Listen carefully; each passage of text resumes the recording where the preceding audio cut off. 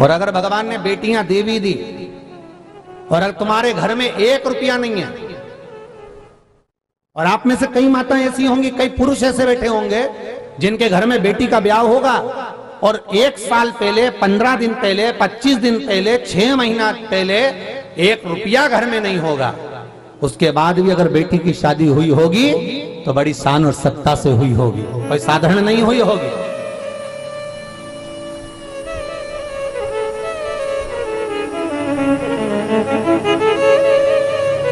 प्रत्येक व्यक्ति को 3 के भाग्य का धन मिलता है महाराज। गौ माता के भाग्य का, बहन बेटी के भाग्य का, संत ब्राह्मण के भाग्य का, हर व्यक्ति को प्राप्त होता है। आपने अगर किसी ब्राह्मण को, किसी संत को, किसी सदगुरु को 1 गिलास पानी भी पिलाया है, 1 अन्न का दाना भी खिलाया है, तो उसके भाग्य का धन तुमको जरूर मिलेगा। गौ माता को अगर 1 रोटी दी है तो उसके भाग्य का धन तुमको जरूर मिलेगा। और तुम्हारे घर में अगर बेटी ने जन्म लिया है, बेटी के भाग्य का धन आपको जरूर मिलेगा। पर बेटे के भाग्य का धन कभी बाप को नहीं मिलता महाराज, कभी नहीं मिलता। बेटा अपनी पूर्ति कर ले वही बहुत, और बाप को चाहिए भी नहीं रहे। चाहिए क्या बाप को पैसा?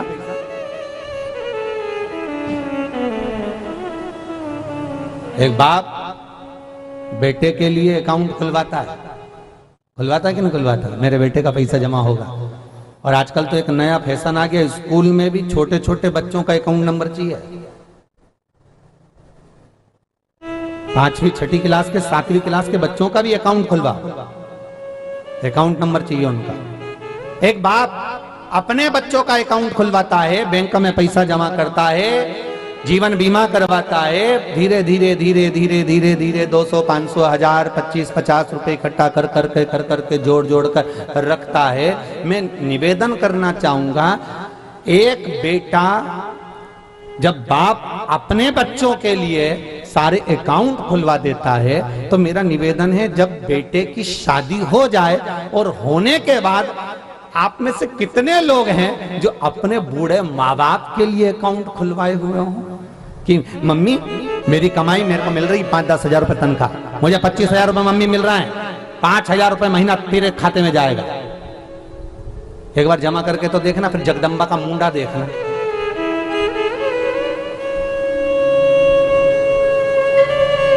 नहीं, एक बार तुम जमा कर देना, फिर वो जो घर में चंद्र घंटा है ना, तो मंदिर के घंटे जैसा तुम्हारा घंटा ना बजा दे तो बात दूसरी। क्या कर रहे हो? क्या कर रहे हो? ये किसके लिए बनवा रहे हो? एफडी मम्मी के लिए। खूब है उनके पास में, काय को बना दो?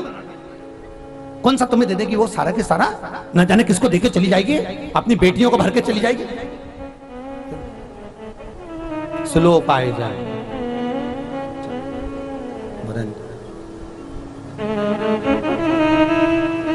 फिर भी मेरा निवेदन है भाई, देखो मम्मी पापा के पास में माना बहुत कुछ होगा, पर बेटे का भी तो फर्ज होता है ना कि माँ तो कहीं तीर्थ करने जाए ना तो तेरे अकाउंट में से निकाल कर चली जाना। हो अगर मैं नहीं भी जाऊं तेरे साथ तीर्थ करने के लिए, मैं ना लेकर जाऊं तुझको, तो अपना पैसा खुद खर्च कर, दान कर, पुण्य कर, संकीर्तन कर, भजन कर, स्मरण कर, तुझे चिंता करने की जरूरत नहीं। तू अलमस्त जीवन जी मां। ये बच्चों में समर्पण होना चाहिए।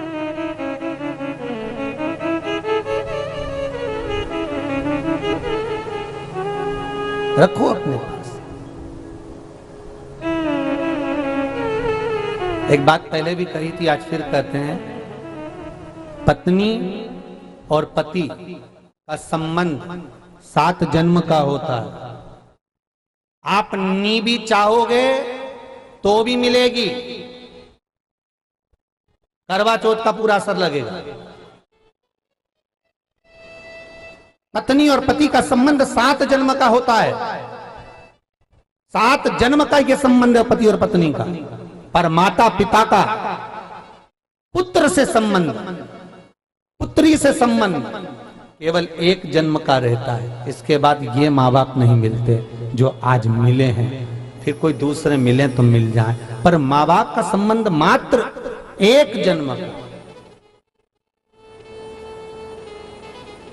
एक चम्मच। अब ईमानदारी से बोलो, तुम्हारे यहां कोई मेहमान 4 साल के लिए रुकने आया तो तुम उसको रोज लड्डू पेड़ा खिलाओगे क्या? अरे बोलो जम के जल्दी से, नहीं।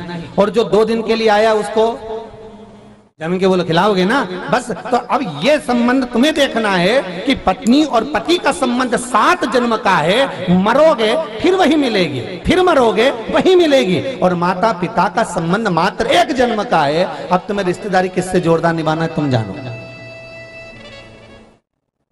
कौन सा मेहमान को लड्डू पेड़ा खिलाना है ये तुम्हारे हाथ में। हम ये नहीं कह रहे कि माया को निकालो शांति लिया, हम ये नहीं कह रहे कि आप अपशब्द कहो, हम ये नहीं कह रहे कि आप ताना दो। बस इतना जरूर निवेदन है कि जिस माता ने तुमको जन्म दिया, जिस पिता ने तुम्हारी परवरिश करी, अपनी पूरी जवानी उसने कमा कमा कर तुम्हारे जीवन में लगा दिया, उस बूढ़े माँ बाप का सम्मान जरूर करो। एक मीठी वाणी, मीठे शब्द, मीठे बोल उसके लिए जरूर करो। हो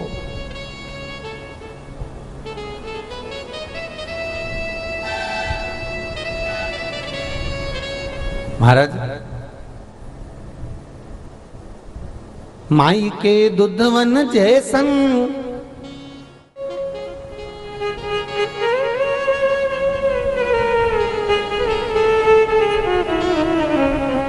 माई के दुधवन जैसन दुनिया में मिठाई ना मिलई।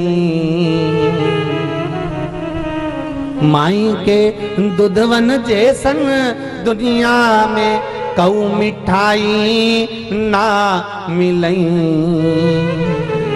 सब कुछ मिल जाता है दुनिया में पर माई ना मिलई। सब कुछ मिल जाता है दुनिया में पर माँ नहीं, वो नहीं मिल सकती। खुद गीले में सोती है तुझे सूखे सुलाती, खुद भूखी रह जाती है तुझे निवला खिलाती। माई के आशीष जैसन कऊ आशीष ना मिले।